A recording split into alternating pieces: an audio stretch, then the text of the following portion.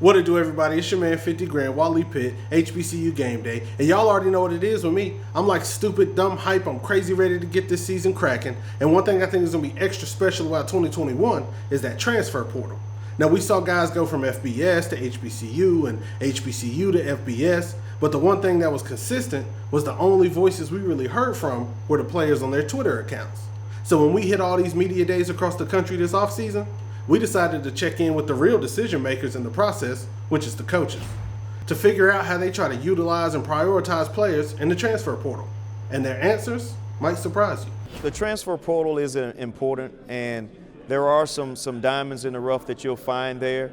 For me, it's more so about recruiting guys that we know about. Very seldom do I take young people that I just don't know. I think it's important to know that they're transferring for a reason, and you want to make sure that you're getting the right players. So for us, it's more about high school talent, junior college talent, and then transfer kids that we know, that we've recruited, that we knew we weren't able to get. I'm not huge on transfers. I don't, some schools sleep in the transfer portal, wake up, live in it, 24/7. That's not what we do.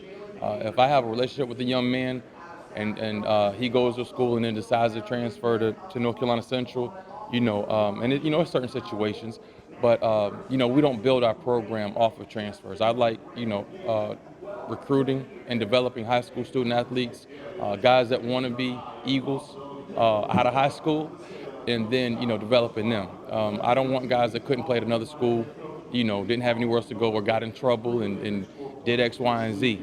And I'm not knocking that. Some people build their program like that. But, just me, I like to develop high school kids and work with those guys. It's tough. It's tough on the senior class, the high school senior class, because of COVID, the players you have in the program, they get an extra year. And so somebody is knocked out. And that knocks out the high school seniors. But as far as Hampton goes, we needed guys that have been in the program, because when I got there, we had a bunch of young guys. So now the guys, say for Devin McConnell, he was a redshirt freshman. Well, he's still a redshirt freshman because of the COVID year. So therefore, it benefit us more maturity-wise. But as far as our senior class go, we only brought in, I think, 2 kids, because we're going to continue to keep the kids that we have in the program and taking advantage of that COVID year. With the transfer portal, it's really hurt the high school kids a lot, where we don't go into high school as much. But that transfer portal, you can fill some holes. Of course, you're going to still miss on some guys in the portal. Everybody in the portal is not great football players. So you got to really do your homework on those guys and make sure you're bringing the right guy that fits your system and what you need. And I think it could be successful. Absolutely, there's a wealth of talent, but I think when you build something, that foundation needs to be strong. And I'm not going to do the fly-by-night build a football team. I want to build a football program. And I know that a lot of programs are taking the approach that they can go tap into the portal to get and address certain needs. And we're just not in that place and in that space right now to build a foundation like that. I think I wanted to build it through young players, through freshmen, through guys that are going to understand what we're all about and how we run our program, that'll become the staple of when you do start to add those pieces later on in line.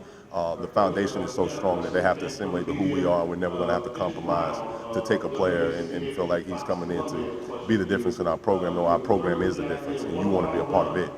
So right now we're just not in the place to do it that way. And not saying that we won't ever tap into the portal and fill in some pieces from time to time. But right now it's not the time, and everything is about time. And right now it's about building the program foundationally. But I think we need to put things in place to protect them and not just give them the keys to the car because they got license.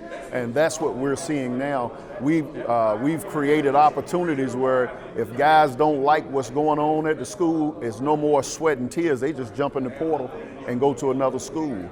We've created situations that guys are now, rather than looking in the playbook, they're calling companies trying to get deals. So all those things eventually will take away from our game, but in the process, as coaches, we still got to find a way to protect it and get them prepared. Well, we had some holes to fill from last year anyway, so we got a couple of transfers, and I think we always say we brag a little different.